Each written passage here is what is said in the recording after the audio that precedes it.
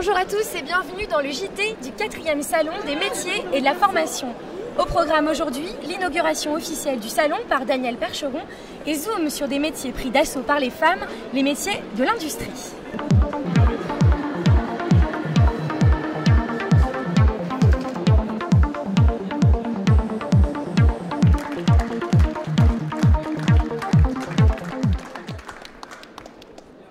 Dites-moi, Monsieur Percheron, une journée comme celle-ci, qu'est-ce que ça représente pour vous? Ça représente beaucoup de choses. C'est l'aboutissement de beaucoup de travail. Et puis c'est l'aboutissement d'une forme de rêve, faire que les jeunes du Nord-Pas-de-Calais, dans le labyrinthe des formations, puissent s'orienter avec bon sens, parfois avec connaissance et, s'il le faut, avec passion.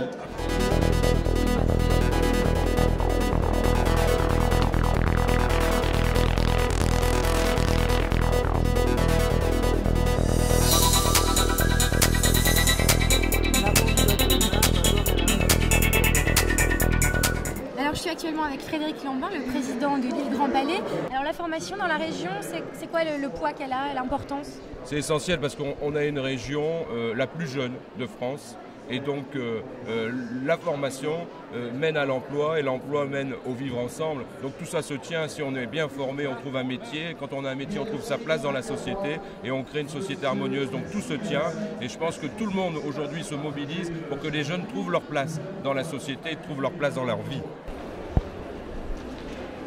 Alors je suis actuellement avec François Salomon qui est PDG d'un groupement de PMI, des PMI industriels à Billy-Berclau. Et autour de nous, bizarrement, que des femmes. Expliquez-nous François, pourquoi il y a tant de femmes dans votre stand d'industrie? Eh bien parce que ça fait des années que je me bats pour démystifier les métiers de l'industrie.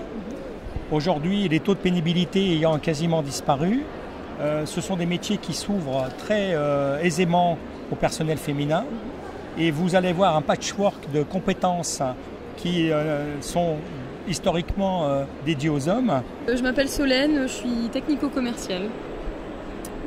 Moi je m'appelle Adélaïde et je suis technicienne d'assemblage. Moi c'est Cindy et je suis commerciale.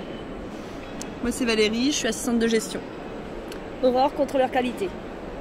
Geneviève, secrétaire. Méline, responsable assurance qualité. Gladys, vous, c'est un peu particulier, vous êtes tourneur-fraiseur. Ça se dit même pas au féminin. Non, c'est pas du tout un métier d'homme. Il y a l'accès facilement aux filles. D'ailleurs, les qualités qu'on demande dans ce métier, c'est plutôt des qualités qu'on retrouve chez une fille. Mais il y a quand même plus d'hommes. Lesquelles par exemple?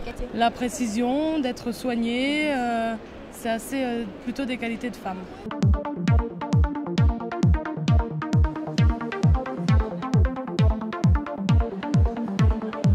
Voilà, c'est la fin du JT du Salon des métiers et de la formation. On se retrouve demain, même heure.